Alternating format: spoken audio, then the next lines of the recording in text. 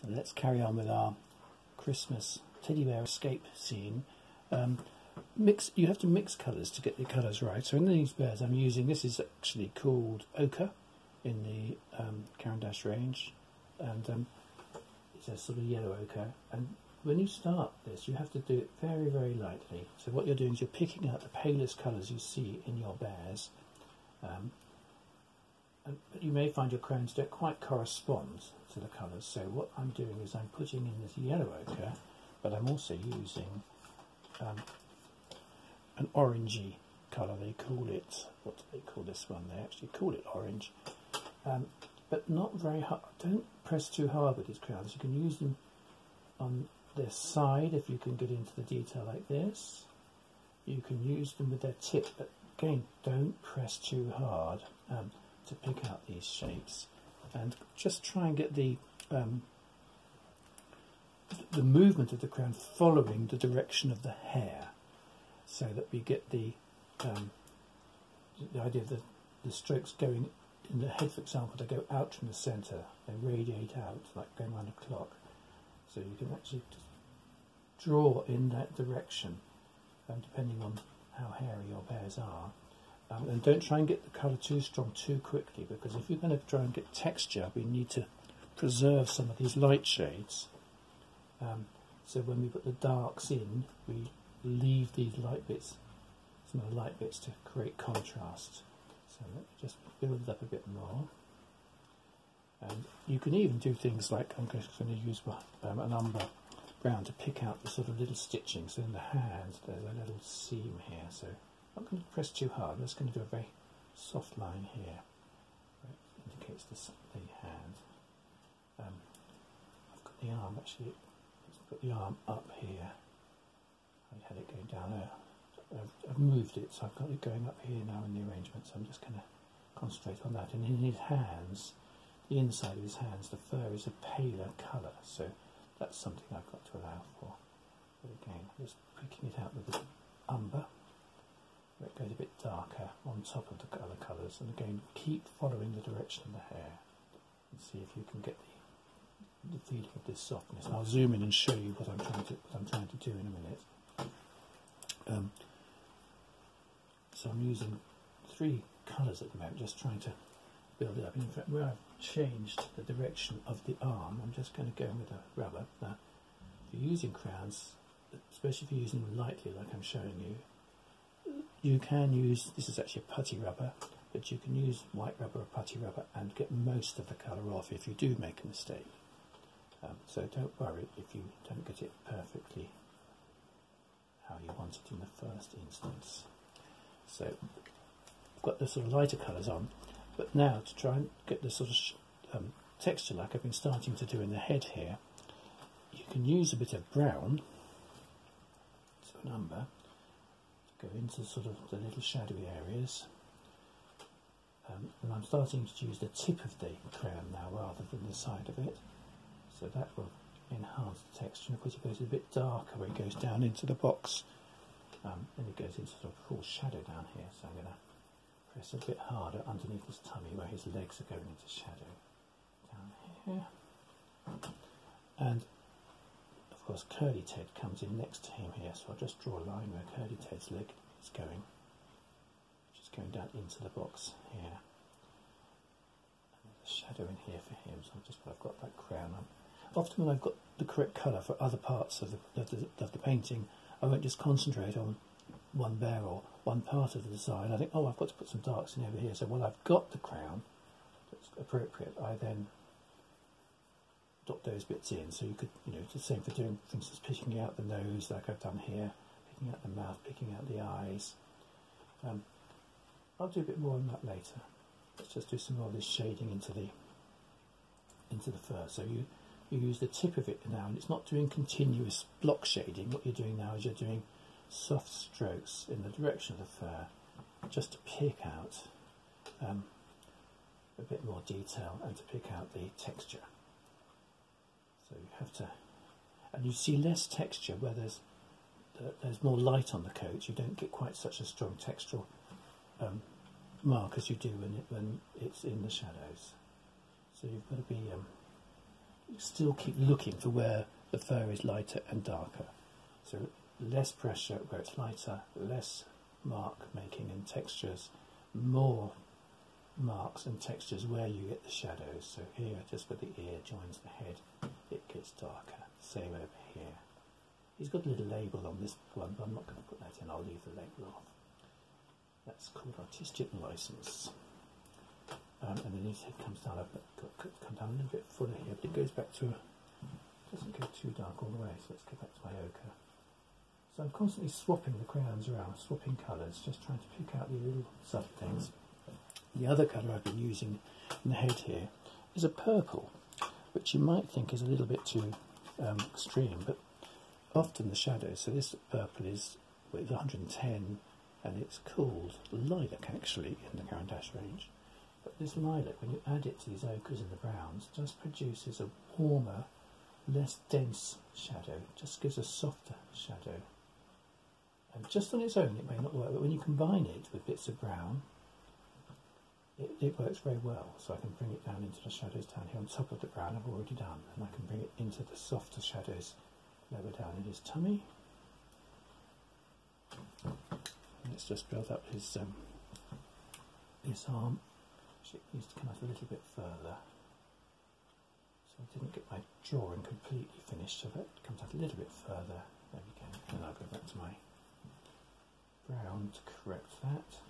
And I'll get my putty rub and just take off that bit of brown I put in earlier. So I've moved his hand out a tiny bit. There we go. Just clean it up a little bit before I go into it. So it's quite acceptable to just correct areas with the rubber as you go, if required.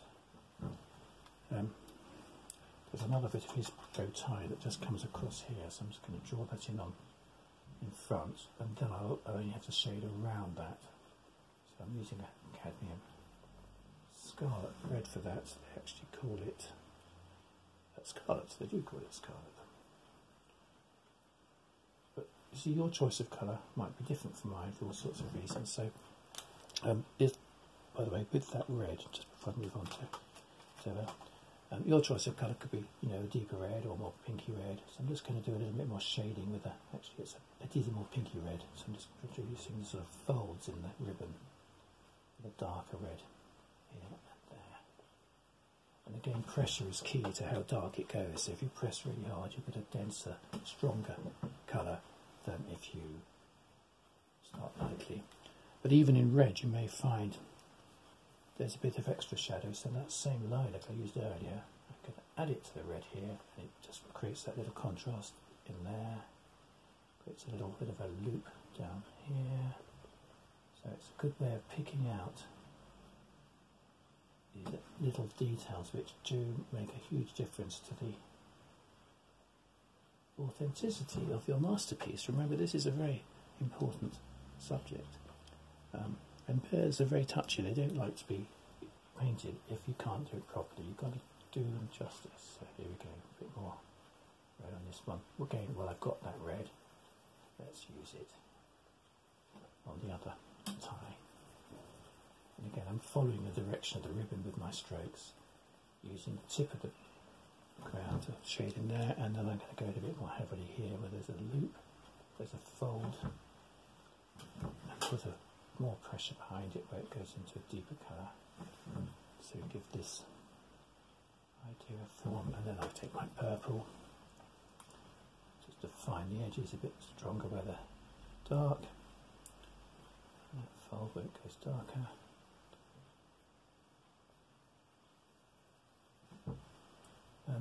And I've often found myself using quite surprising colours. When I'm shading something red, it might be you use a deep brown, it might be you even use a green.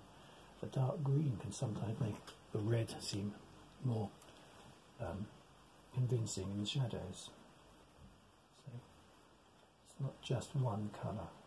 You know, be prepared to go around the box to find the right one. So we've got the colours of their ties now more accurately portrayed.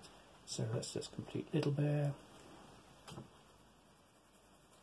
And then I'll show you how to do some of the curly bit. I won't show you the whole process, I'll just show you enough so you get the feel of it. Then you can have a play, I can have a play, we can come back and compare notes in a few minutes. But let's just build up these shadows.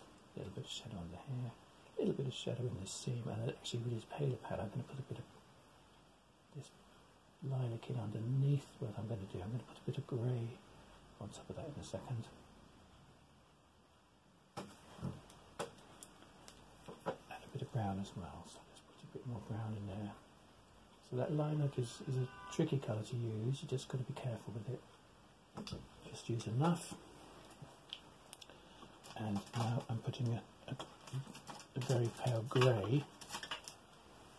This is number 3, I think it is, called light grey on top. So it's not quite white, this. So I'm just putting this grey in, and I'm going to put that grey on his face here where he's got a paler bit of fur. Just to get the shading, to make him look more dimensional. So I'll just bring him over so you can see how he's developing. There he is,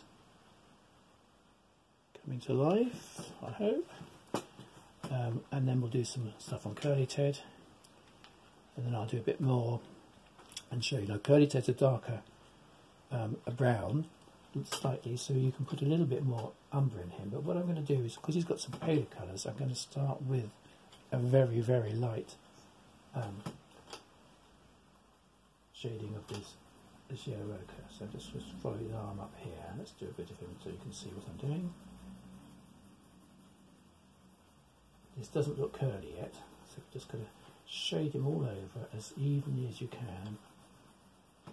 And you can put a second layer in if you want to get it a bit darker in a couple of areas. But what we're also going to do is get the darker crayon in and pick out where we did little short tiny strokes with the small bear. What we're doing with the big bear is we're working across his arm with these stronger strokes, following the direction of these curls and trying to pick out little tufts. So what you're effectively drawing as you put these darks in is the shadows between the fur. Let me bring him over so you can see. If you look at him, you see he's got this curly coat. Okay, so that's my subject matter. I'm having to work into it, and again I'm using brown and purple, but the difference is with this one is I'm pressing a little bit harder because the contrasts are a little bit deeper. So building it up, and then his hair goes the other way up here, so I can go softly upwards. And where he's got more light on him, you've just got to be more careful not to press so hard. So again, a mixture of the purple, brown. So less pressure in this area where it's a bit more light, a little bit more dark at the edges, and also up here. Just don't go in too quickly on this, just start softly and build it up. If you can do it, lots of sort of curly, sweeping shapes. And actually the other thing I'm doing, I'm so used to doing is I don't need to, well, to me I don't need to explain it, but I think it's worth mentioning. What I'm doing as I draw, I don't just start hard and finish hard. What I'm doing is I sort of feel it, taking the crayon across in a sort of arcing movement, so I'm not pressing fully in there. I get the middle of the stroke and then I'm releasing that pressure, so it's starting soft, going a bit stronger, then ending with a soft stroke, so you're not pressing solidly the whole time. It's just a question of practicing, just doing these things with a little bit more care and a little bit more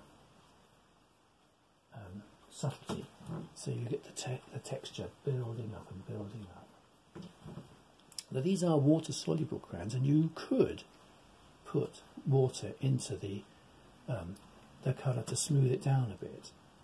You could soften it very carefully, and in fact in the other sketch I did, let me just get back to it, I did do a little bit of watering down, but I've got a feeling so in the ribbon here I wet it, try and see if I could even up the strokes.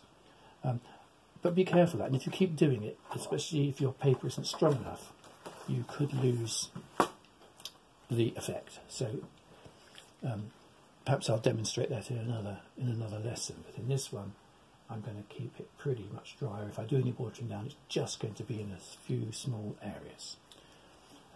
The other thing, just before I go off and do a bit more on this, is as you work into this, do be conscious that every part of this subject is subject to light and shade, and the more you can, so his nose, for example, is catching a bit of light here, so it's getting darker underneath.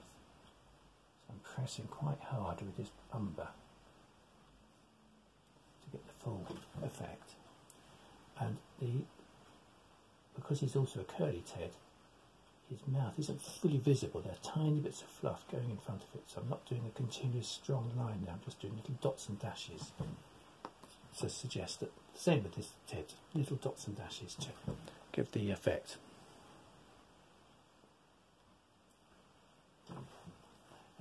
And with the eyes, let's zoom in a bit so you can see what's going on here. What's happening is I'm drawing on with a darker brown to pick out the shape of the eye. I'm drawing in, I'm actually putting the middle of the eye in with a black, so the pupil is here with black. I'm leaving a tiny little reflection, tiny little dot of light that reflecting. And then I've done the same with Little Bear here. The iris I'm doing with orange and brown. So this orange is giving the luminosity to the iris. And then you go in with a lighter brown. This is like a burnt sienna. So this is they call it russet. So russet is number, I can't see the numbers, 65 I think it is. 65, yes. So russet is sort of warmer reddish brown, and that brown is a perfect one for getting into the colour of the iris and putting a bit of light in there. And in an eye, when the light reflects off one side of it, you'll tend to get the iris slightly lighter on the other side. So that's what I've done there. See if that is effective or not. Okay. So from here on, it's really more of the same, building it and building it, trying to shade everything evenly.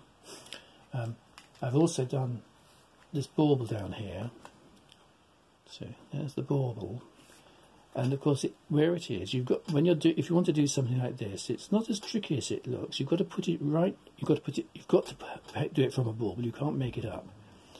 You've got to place the bauble next to the box so it's reflecting the blue here, it's actually reflecting some of the red.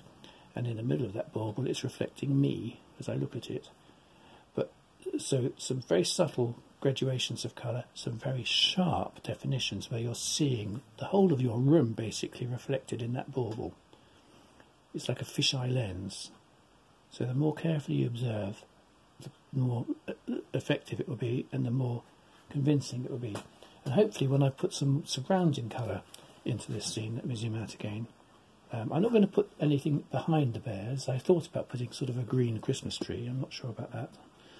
I think I'll avoid that. But what I'm doing is going to be, I'll put a bit of shadow, and I've got another red bauble to go in, perhaps behind the box, just to go here. And I've got another box, a red box. I've got it on my still life arrangement. So that is this one here. So that's going to just go off the edge there. Again, you don't have to bother with these extras, but it's just a way to make the whole thing very colourful, very, very decorative. So I'll carry on working on this. I'll colour in the rest of it. The inside of the box, by the way, the flaps of the box, cardboard colour, I will achieve with soft browns. And again, or even putting the sort of corrugations of the card in if you want to. So just browns like this, and going very carefully, and again in the direction of the flap. And it's got shadows on it from the bears kitting out, so if you can not just do the local colour, but where you come up to, for instance here, it goes darker, so we get our darker browns. And underneath this arm here, there's a bit more shadow on that corrugated card. So draw the shape of the shadow, shade it in, and be bold. And I think if you can do that, you'll get a really exciting image. You can even draw the open edge of the cardboard here with its little corrugated inside to it. So it's just a question of how far you want to go. So this colour, I then put soft shadows on it, spaced apart, like so, and it starts to look like, it's not finished yet, but again you can see it starts to look like corrugated card. So all of these areas, it's just a question of being systematic, seeing if you can get it looking convincing. I've got a lot of work to do on Curly Ted in particular, but hopefully we'll have a great bit of entertainment out of this as I complete it. I'll see you soon. I'll post a picture, a finished picture, so you can compare with what I've been doing here to help you complete the exercise. Thanks for watching.